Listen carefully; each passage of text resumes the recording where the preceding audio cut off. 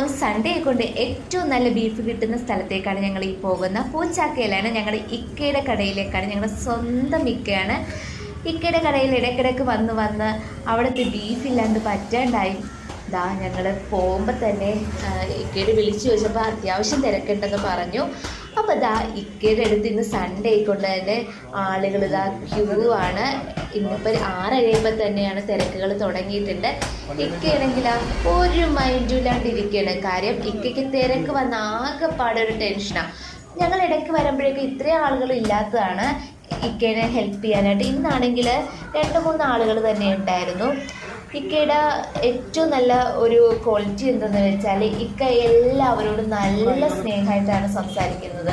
പ്രത്യേകിച്ച് ഞാനിപ്പോൾ ഇക്കയോട് പറയുന്നുണ്ട്, ഇക്ക ബീഫ് എന്തായാലും ഞങ്ങൾക്ക് കുഞ്ഞായിട്ട് അരിഞ്ഞ് തന്നെയെന്ന് പറഞ്ഞാൽ, അപ്പം ഇക്ക അത് അതേപോലെ തന്നെ ഹെൽപ്പ് ചെയ്യുന്ന ആളോട് പറഞ്ഞുകൊണ്ടിരിക്കുകയാണ്. പക്ഷേ സാധനം കയ്യിൽ കിട്ടിയപ്പോഴേക്കും ഇക്ക പറഞ്ഞതുപോലെയല്ല കേട്ടോ അവൻ ചെയ്തത്. ഞങ്ങൾ ഉദ്ദേശിച്ചതിൽ കുറച്ചുകൂടി മുഴുപ്പായി പോയോ എന്നൊരു ഡൗട്ട് മാത്രമാണ്.